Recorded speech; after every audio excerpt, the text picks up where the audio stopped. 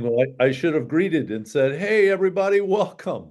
And again, welcome to another launch class that we are excited about talking through the topic today of buyer to close, right, Cindy? Yes, smooth And closings.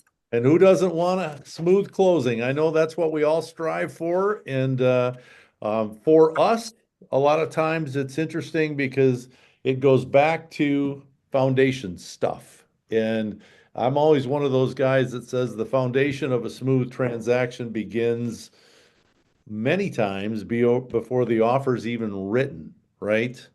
So I know you guys have heard this before, but how often, is that buyer consultation an important part of this whole process? I remember our deal Dr. Don Phelan saying things like, "That's where it all begins for me. I ask Yeah, people to come forward, we meet, we discuss, we set expectations, we talk about how we're going to work." The value of the buyer agency, the pre-approval process. Um, Oftentimes that's where you set up MLS searches. Um, you just begin with kind of the end in mind, right? And so I'm always one of those guys that, and I'm kind of like Don. The more I know about my buyer up front, how we're going to communicate, the things that are going to be important, all of those things. Um, the more you find out ahead of time, it just creates success. And I'll say it that way because I believe that that's, Cindy, you do that quite well, right?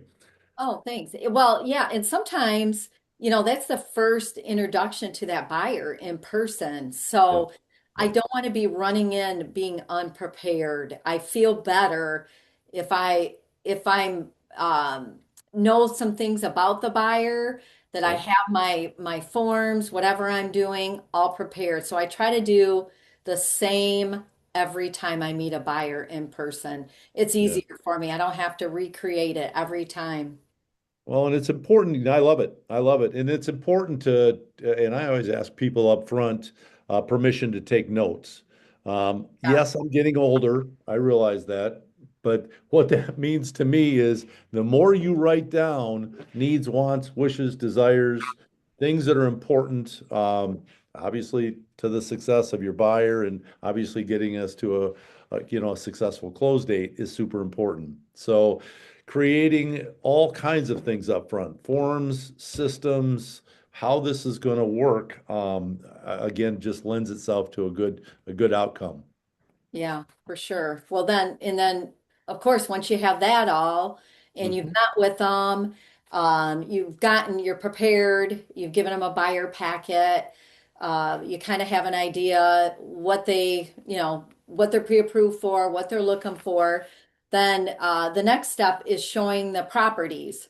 Mhm. So setting that up, confirming and scheduling those. And you want to have, with showings and that, first of all, what Doug was saying, being prepared. I don't want to waste my buyer's time showing them properties that are not what they want. Yep. Yep. So having a better idea. Now, sometimes photos, I mean, we all know we get on MLS, we see these photos and we're like, oh, this is perfect. You get there and you wonder if it's the same house. I mean, it happens a lot. Guilty, guilty, Yeah, yeah. you do your best, but always, and that's another thing, being prepared. I always, when I'm working with a buyer, I schedule those showings. I sometimes I'll do them like 3 or 4 days in advance, but typically I'll do those 2 days in advance. For the pure fact is, I don't want to show them a sold property. I don't want to show them something that's already under contract. I want to show them properties that are available Yeah. because I don't want them falling in love with something that they don't want. Yeah. So I'm prepared. I've got my showings, I'm confirmed, I've got my showing instructions. I've reviewed the MLS data. I have copies for them of what we're going to see, copies for me, so I'm not going in there empty-handed. And we all know it's hard to keep track of all the details on a home when you're in there. But if I have my MLS sheet And I print out disclosures too because I want to be prepared if they ask me questions, because we don't know. Those buyers may have their parents with them. Um, they may ask you questions, and I don't want to be fumbling or trying to pretend I know what I'm talking about. Yeah, I yeah. don't I don't pretend well. Uh, and then always be prepared. I always tell my clients, hey, look, we're being watched. Whether you know if we are or not, I always try to prepare them that in most homes, you're being watched. There's cameras. We may not see them. So you really want to respect the property while you're there too. And I'll let them know, hey, I mean, some comments come out in that, but for the serious talk, we're going to do that outside. Yep, Um, but make sure when I try to treat that listing like it's mine. So I'm always going to double check the lights are off, all doors are locked, and I'll go back through the house again. And if my clients have kids with them, and this is difficult, I'll always be probably following the kids as much as I can with the parents, but just remind them, hey, it's great to look at, but we can't touch anything, all that. Very important because I don't want to get a call from the listing agent saying, hey, you know what? My clients got home, the door was unlocked, the light was on, something was damaged. I yeah, really, I really want to be respectful of that. Uh, yeah. and then the feedback thing, I'm a little on the fence on that. I might give some generic feedback on that, but I don't want to give away what my clients think of the property if they want to maybe come back and make an offer. So I'll say, hey, but if I already know it's not for them, hey, showed well, but it's just not the house for them. So I you're a little limiting, and I mean, you just Yeah, limit what you because respond. Okay, all because right. you could actually, buyers go home and sleep on things, and they could Yeah, come back and, here I did this feedback. Nah, this is too small, the road, blah, blah, blah. And they come back the next day and say, hey, I can't get this house out of my mind. Because if they're yeah, like me, I have to sleep on things. And then I've already said this. I'm like, oh no. Because now a lot of these showing services, they can copy in their sellers. So not only are you giving it to the agent, but you're giving it to the seller. So we always want to be mindful of that. yep. And then from those showings, especially that first time out with them, I get a better idea kind of what they're looking for. And like Doug said, I'll take notes throughout. I ask a lot of questions. It's That good. way Good. I have a better idea. Yeah. Well, that's good. Well, in this way, you're identifying the things that you talked about from the start, right? Yeah, Which are going to be exactly. important. Well, and Exactly. so let's say that you find the house. You're pretty excited. You're in this final house. You've gone outside. You've talked about it. They want to write an offer. Hey, this is the goal, right? So again, it's about sitting down and writing, and of course, we'll call it negotiating the offer. What's important? So again, I'm very much like you are, Cindy, in the world of with preparation. I'm always kind of one of those guys that I like to prepare a CMA to support whatever offer we're placing on the property. I verify a lot of buyer information and of course, a lot of the contract details. So I'm pretty fussy about going through all of that. Important, important, important to include all of the disclosures, make sure that we've explained them all. Again, granted, sometimes it might be people's first house that they're buying. So the more you can, what do I want to say, over explain at that point in time, I think the better, right? So then next is obviously submitting that offer. Make sure that that pre-approval letter is with the offer. Again, make sure, and I did one yesterday that I had the CMA with the offer for the simple reason that I wanted the seller to see that, number one, I did my homework. This is why we've placed the offer at this price. And there's a lot of supporting evidence, and I'll pull up all the supporting evidence and make sure that the seller has that as well. So that helps in the next step, which is obviously to submit the offer, the pre-approval. If it's a cash offer, the proof of funds. Um, just make sure that you get everything done before you submit the offer. One of my pet peeves is when I see an offer come and then, gosh, later on in the day, I'll see the disclosures come, and the next morning I'll see the pre-approval come. And it's kind of like, oh my word, why can't we just Me, yes. get it all together, folks? Yes. So send it to us at once. So next step, obviously, for me is negotiate the price, the terms, the timelines.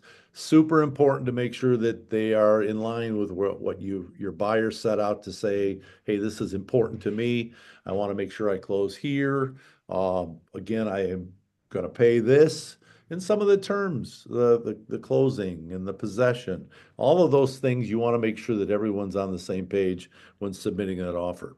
So as far as the executing the contract, uploading things into the system, obviously we're all about dot loop and making sure that we have recorded things in the system as to when things happened. And again, that's super important as well, right?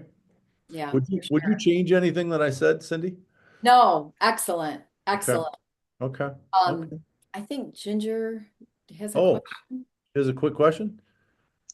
So my client is over in Europe right now, and she Wow. comes, Okay. yeah, I wish I would have. I, Someday I want to go. I want to go there. Yeah. And so she told me when she gets back, she would like to make an offer on this house.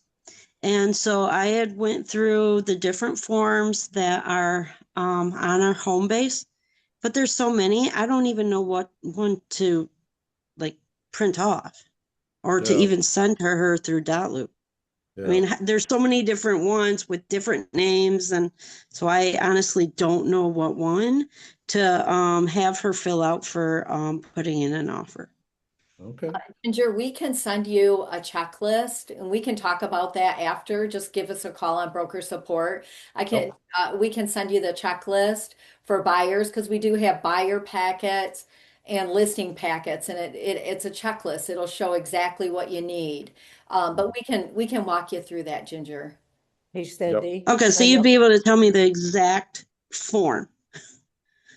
Because Cindy, there's I'm in like, the, I mean, I don't know how many Go I ahead, didn't okay. Ginger. count them, Go but I ahead. mean, So there's like I know I'm in the 50 of them. background here, but when you need forms, if you go into dot loop and you create a loop and you answer the questions, this is the easy button right here. So you go into dot loop and you create a new loop and you say what kind of loop do you want or what kind of template, and it will automatically fill the buyer and the seller documents for you. They're all there for you and they'll put them right into a loop. Then your buyer agency Yeah, but there's contract, more than one to choose from. That's what I'm getting at. Yeah, in the more than one library. what? I think she's talking about the library. When you went to the library to look at forms, because there's some for GLAR, there's some for like different areas, but there's That's why I'm also saying, if revi you go and there's in and you revised stuff create a too. loop, it's going to make that template specific to your board. If you're in Garrar, it's going to drop your documents for the Garrar buyer. If you're in GCAR, it's Oh, going to drop, so you can bypass all those other forms. no, I didn't have that when I did mine here a couple weeks ago. I mean, I had a Cheryl was with me and we're kind of building what we needed, and we had to actually put every form into Loop. Yeah, And you that's shouldn't have why, to do that. Yeah. Well, reach out to your admin. That should not be happening. Yep. Yep. okay. Yeah. Yeah, I 'cause that was makes it very gonna, difficult to how to navigate. yeah, Ray, I was just gonna echo what Kim was saying. When you get into dot loop and you go to create the loop, and it gives you, is this a listing loop? Is this a buyer loop? When you click on and you type out, obviously you put the address in. When you say purchase loop, out it comes, and it's a whole series of those documents that we're talking about right now. Okay. Okay. And it just spells it out. It can't be any, I'll say any easier than that, Kim, right? Yes, that's your easy button. And Okay. all the Now, forms will be right there for you, and then you can pick. You don't have to sort through all those yeah, hundreds there of was, documents. yeah, it's a lot. Oh, And well, And then, we can't change that. We've tried to make it so you can only see your board, and that does not happen with dot loop. It's not possible. so, So our admins went in and made loops for you. So when you use their template, you should have everything you need. And then if you need an extra form, you can go deep dive into the forms library. Right. Not to step on the conversation, but because I'm part of Wimlar and there's some of the forms are different than Oh, GLAR. It Ray, just goes, different for you, Ray, because you yeah, are Glar, you're not Glar. yeah. And then with Yeah. Wimlar, there's only like 8 documents, maybe 6 documents in their library there. So trying to go find what matches and what works Yeah. was challenging. But once again, when you're in Wimlar, if it's not working, reach out to Sarah, your Yeah, admin. that's what I have to do going forward. But you should be able to, it doesn't matter what board you're in, if you're in Wimlar and you pick buyer template or seller template, it should be the exact forms that you need, Ray. Yep. Okay, thank you. Yep. Okay? Yep. Good. Okay. Hey, can we keep Yeah. going? I'm Okay. excited about talking about pending. You know, Going pending. after we got this offer negotiated, presented, all of those things, the goal is to obviously get this to go pending. And again, Cindy, tell me what happens next. Yeah, and this is the important part because once it's accepted, organization and communication are very critical. And Mhm. and that's when you want to play nice in the sandbox with the other agent. Agent relationships are very, very important because you're negotiating and working for your client. Just kind of a reminder on that. um, but you want to confirm the pending date, the price and closing date, very important.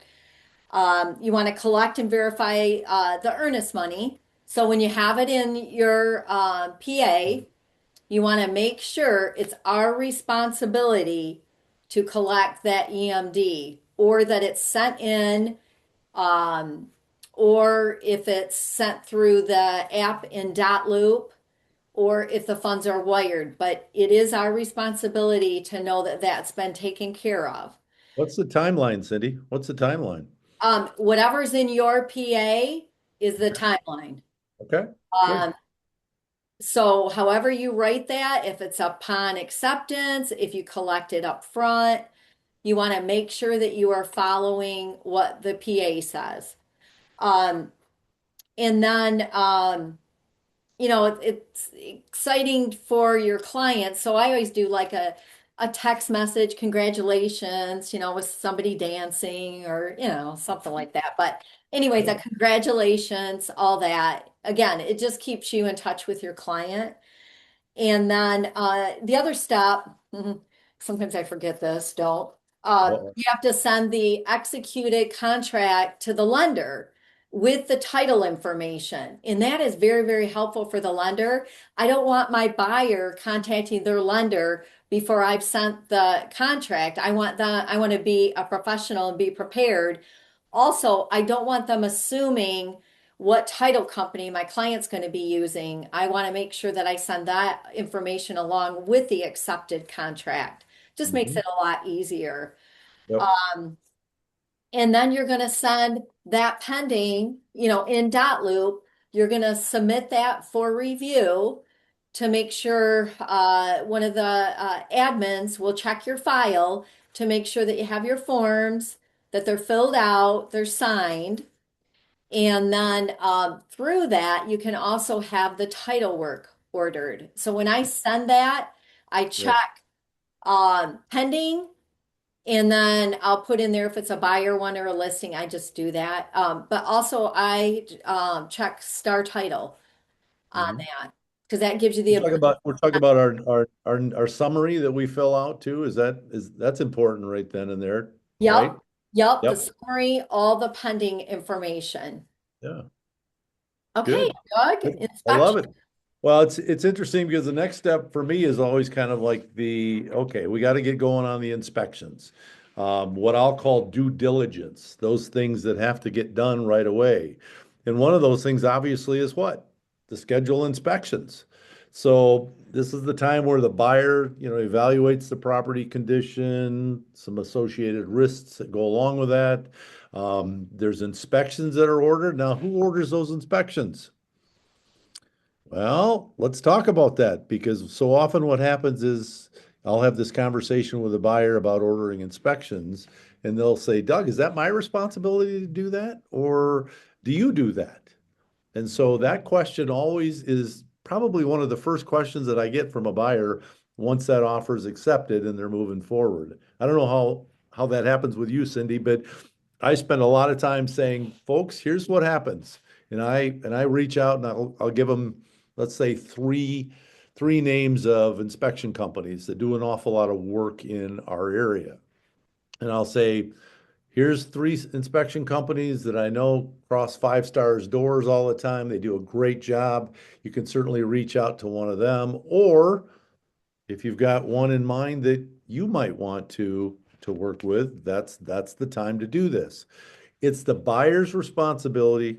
This is where I've gone to call those inspection companies, maybe interview a couple of them, and ask the necessary questions about what they do in a home inspection. Obviously, they're going to ask cost and things like that. But again, when the buyer comes back to you and says, okay, I've had a conversation with, West Michigan Home, and they are the most, I mean, in my opinion, the most professional, most detailed. Doug, I'm going to use them. That's who we order the inspection by. And then that's when that conversation with the other agent is important about scheduling a date and time for that to happen. Is that Yeah. kind of what happens in your world, Cindy? Yeah, like I've got one today. The buyers, they're first time home buyers. Mhm. And I asked him, I said, do you have somebody? You can have whoever you like do your inspections. It's Mhm. your choice. Do you have somebody in mind? Um, I can give you a couple names to check out, all that. Mhm. They had asked me about the one company in DeWitt, and they said we'd like to go with them. And I said, because honestly, Doug, I prefer scheduling it because I want to know it's done. I kind of, Yeah. but You're I'll kind of say, a little controlling, but I a little understand. controlling, but I'm also controlling of that timeline too, inspections. Yep. And you get going in all these directions. It's very, very important to keep with your timelines. Agreed. And Agreed.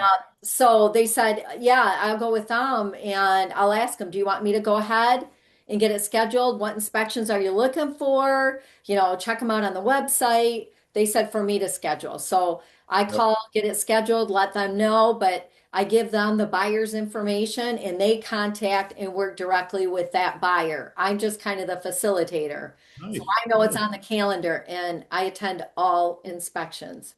Good, good, good. I was just going to ask you, do you go to the inspection? Yes, yes, all of them. Are you there the whole time? Yep, Wow. yep. Wow. That's detailed. Because, Yeah. I first of all, a lot of listings here in the greater Lansing, they require a licensed agent to be present.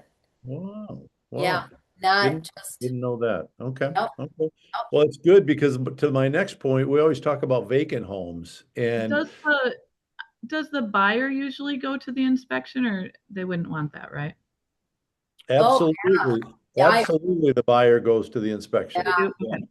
And yeah, and you as their agent in this case, Cindy's saying she goes to the inspection yeah, as well. yeah. So super, super important that everybody's there, everybody's learning more about the house.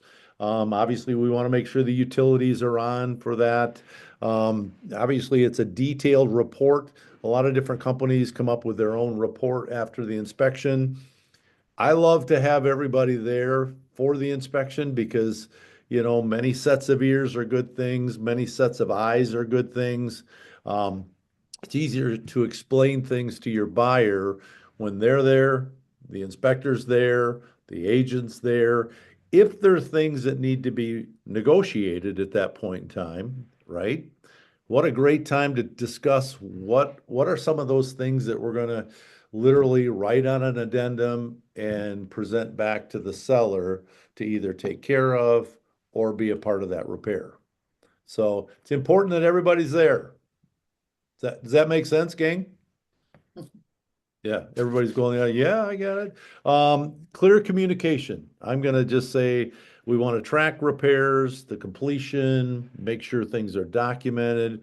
For sure, communication is the key here with everybody, with all parties. I've seen a lot of balls be dropped when that communication doesn't happen between agents or between home inspectors and agents. Just key that those communications continue to happen in a big way. So Yeah. what's Yeah. next? And Cindy? follow, What's next? follow the timelines. Your Yes, timeline please. for Yep, inspections, very, very important. yep. Uh, okay. So the next part is the financing and appraisal.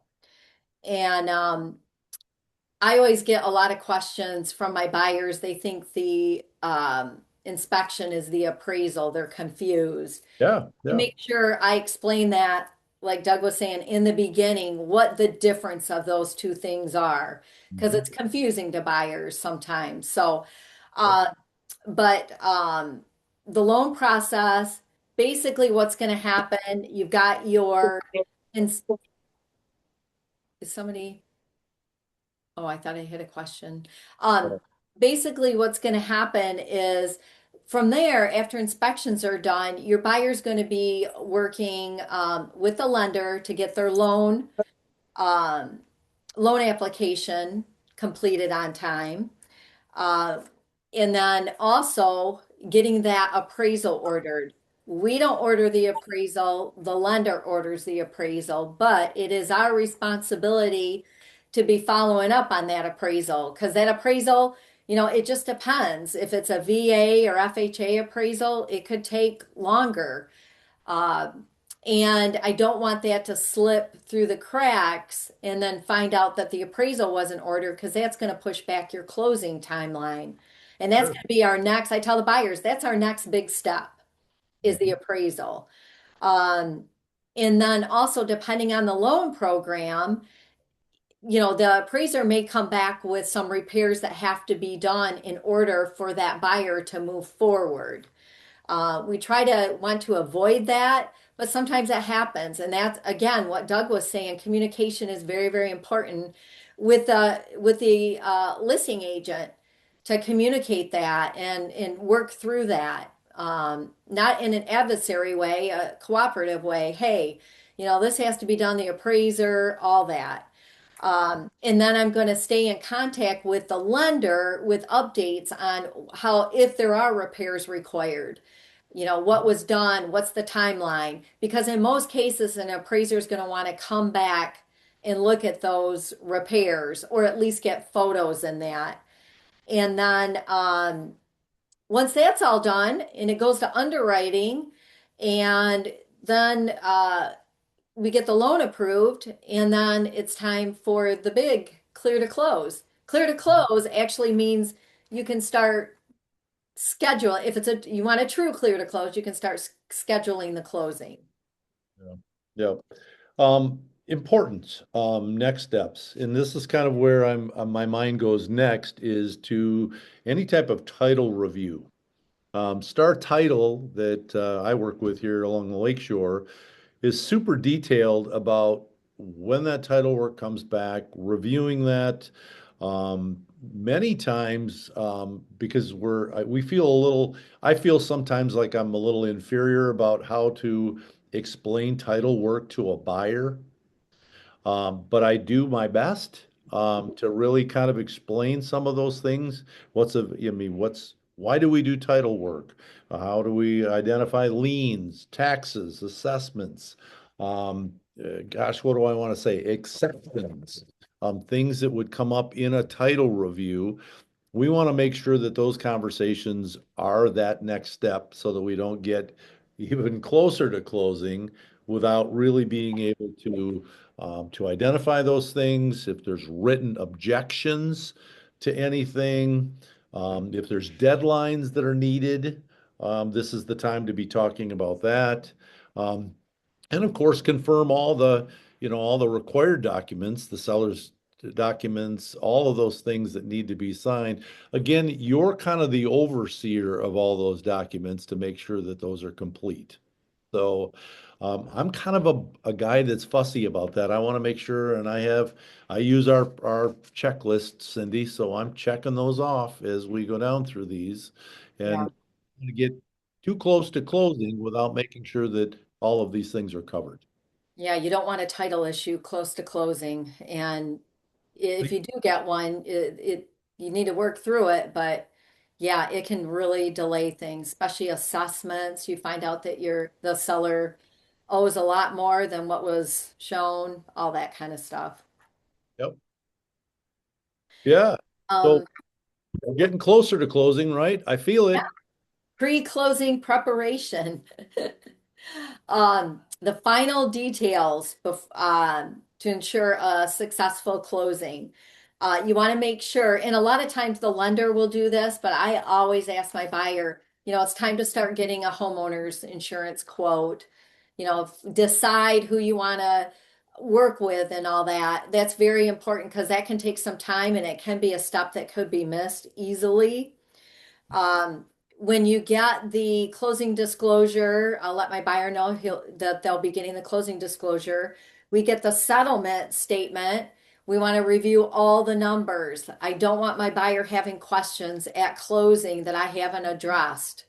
Because again, we're looking to have a smooth closing. So don't just look at the settlement statement. You want to make sure everything, I mean, commission, admin fee, all that all those details. Um, Buyer walkthrough. Uh, I'll always, whether the house is vacant or occupied, ask my buyer if they want to have a final walkthrough. If the house is vacant, regardless, we're going to do a walkthrough, or at least I'm going through to do the walkthrough because it's vacant. Your walkthrough covers, you want to make sure that the house is in the same condition. If a tree fell on the roof or something happened and you get to closing, they sign those documents, it's their house. So that can be, and really make sure, and if your buyer decides not to do a walkthrough, make sure that's documented that they waived a walkthrough. Um, Stop you a minute. What you just said was super important because so often what happens is people have that option, of course, of waiving the final walkthrough. I'll have agents that'll say things like, well, Doug, there's nobody there.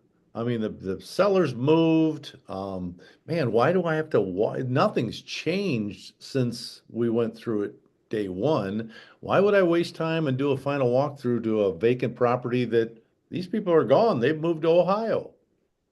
Yeah, I learned the hard way on that. Although I had a vacant house and my buyers were out of town, they did not, they said, I don't need a final walkthrough. I said, I'm going to do a final walkthrough. They didn't want one. They were ready to waive. They just wanted to move on. I got to the house and the house was flooded. They had had a pipe leak the night before in the second level. The house was destroyed. We couldn't close. We never closed. The house was the house was basically should have been demolished. It was awful. And if I wouldn't have taken the time to do that walkthrough, that would have been a whole different situation. So it's critical. It is critical. And again, if they waive it, and I'll always encourage them to do it, but if they decide to waive it, I'm getting it in writing. Well, For and what you just said to me, which was interesting, is even if they decide to waive it and they're not there, you're still taking the time to Yeah, go. This is how detailed. I love it. I love to hear that. it's really important because it's not worth taking the risk. It is not. Um, and then you're going to make sure, they have the funds. It's really important. And remember to remind your clients, it's, a certified check. They can't do a personal check at closing if they want to wire it. And again, if they're working with Star Title is going to send them all that information in advance, but it's still my responsibility to follow up on that. I don't want a buyer showing up at closing saying, I had no idea I had to bring money. And again, I've learned that the hard way too. Help them coordinate utilities, moving checklists, warranties. I have a moving checklist. I always tell people if you want a copy of it, you can copy it, make your own, whatever. But it's really helpful, and they really appreciate that because it reminds them about the address change, all that, and it saves me time from having to. You'd think I know it by heart, looking up consumers number and all that. And then, Doug, you get the grand finale closing. Um, this is our date, right? The date is now to the time. We're going to close on this. So it sounds like everything that we've done, if we follow the checklist, is done properly. The details are taken care of. The goal is so that that closing day can be, and I tell people this all the time, this is a celebration. We're finally there, folks. And again, we use the word smooth a lot, but again, the key to a smooth closing is exactly what Cindy and I have just talked through right now. The closing day, celebration, official I mean, it transfers the ownership from the seller to the buyer. Again, all of the necessary things. And if you're dealing with Star Title, a title company that obviously knows this process beginning to end, this is where the buyer's signing the documents. I had somebody say to me, gosh, I miss those days that the buyer and seller weren't sitting in the same room at the same table. Till, Is that because there was a lot of conversation yeah, went through, that time that was important to both parties. But you either the buyer, in this case, the buyer that we're working with today, signs the documents, delivers that check that we talked about, Cindy, that clear to close final cashier's check, super important. Keys, obviously, we get a copy of the keys at that point in time. And obviously, this is where I say, mark on the calendar, this is a milestone. Again, this is all about the celebration that we're going to have now that we own this house. So again, you want this to be the smooth celebration where everyone's excited and just can't wait to talk about the move-in process. So, yeah, a fun time. And then after closing, which is just as important as the before closing, after closing is when you're going to um, be able to be in contact with your clients and that. And I never want to have a closing and then not talk to them ever again. But big things are turning in the paperwork and commission for accounting. Remember that submit for review. And again, with your new deal summary, because remember, dot loop is like Five Stars file cabinet, and we have to submit those for review. Otherwise, they're not going to see those documents. And that's how you get paid, all that. So make sure that the new deal summary is filled out correctly. You're going to update the MLS. If it's your listing, that's when you're going to go in and mark it as closed, and you'll have to do that manually, or you'll get a note from your board. I've done that. I'm talking from it happening to me. You want to reviews and testimonials really mean a lot, especially a great closing and all that. Nobody says it better than your client. And add that client to your database so you can have a follow-up plan. Uh, Send thank yous. When they move in their house, welcome to your new house, all that. But a successful buyer transaction is built on the preparation, timelines, communication, and systems. And when we proactively manage the process, closings happen, and we want fewer surprises. I always say, no surprise is the best surprise. yeah, yeah. No, that all makes sense. Man, I love it. I love it. I'm guilty of not being sometimes as involved, or and I guess I'll say intentional about next steps. And again, so often what happens, we assume, and that's a wrong thing uh, to think that, well, I know my buyer assumes that this is going to happen next. Well, shame on me, right? The more I can set the stage for success up front, this way, as the process kind of, what do I want to say, veils itself essentially to the next steps, it's not a surprise then. People understand that. And I've had people say, okay, Doug, now that the home inspection's done, the appraisal's next, right? Right? And that verifies or validates really Yeah, that I explained much of that up front and yeah, people so that again, it just ensures that, gosh, we're gonna have a smooth transaction here because they actually listened to what we said and we followed through on all steps. yeah. It's so much easier when we explain that up front. And you learn from experience, really, the mistakes you've made. And, if a client asks me something that was a basic question that I should have covered, then I know that I'm in too much of a hurry. I need to slow down a little bit.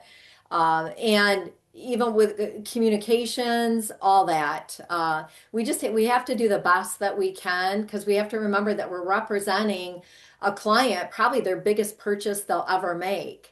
And there's a lot of emotion and they're really looking to us for guidance, don't you think, Doug? Question, no question. And the better resource we can be through the process, we take it for granted sometimes. And sometimes people say, well, Doug, you do a lot of those deals. So a lot of this you don't explain as well as you could. Or you're in a hurry, or there's a variety of things that, didn't happen up front that should have happened, to ensure that it's going to be a success. So I couldn't agree with you more. 100%. So, do we have any questions? Anybody have any thoughts? I'm seeing Questions? everybody writing notes, so I know this is a good thing that they're going to take some of this and just build it into their business, right, guys? Did you learn a lot? Good Good. Awesome. download. Yes, good download. Thanks, Ray. We can always count on Ray for that encouragement. Right? I love it. Yeah, I love it. All We'll get right. those loops better, Ray, too. just learning. That's just a tricky part, getting used to the Yeah. forms. There's a lot of forms out there. Yep. There's a form for everything. Oh, Well, and as Cindy said, call us with all of that. I mean, Yeah. we can't talk too much through all of these stuff. And right. there's things, there's no goofy questions. And we really appreciate you guys taking the time to be here Yeah. and asking those questions because it is a learning curve for all of us. Yeah, So, for sure.